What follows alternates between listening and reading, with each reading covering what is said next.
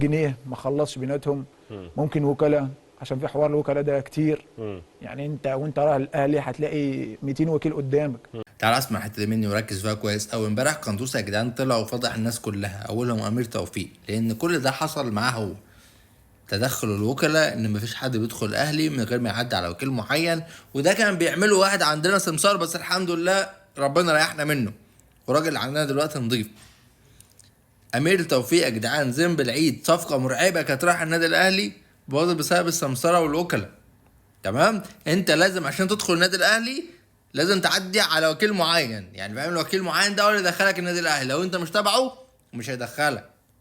وده اللي نطر القندوسي من الاهلي مع انه لعيب كبير، فاهمني؟ يعني الموضوع كله وكلاء.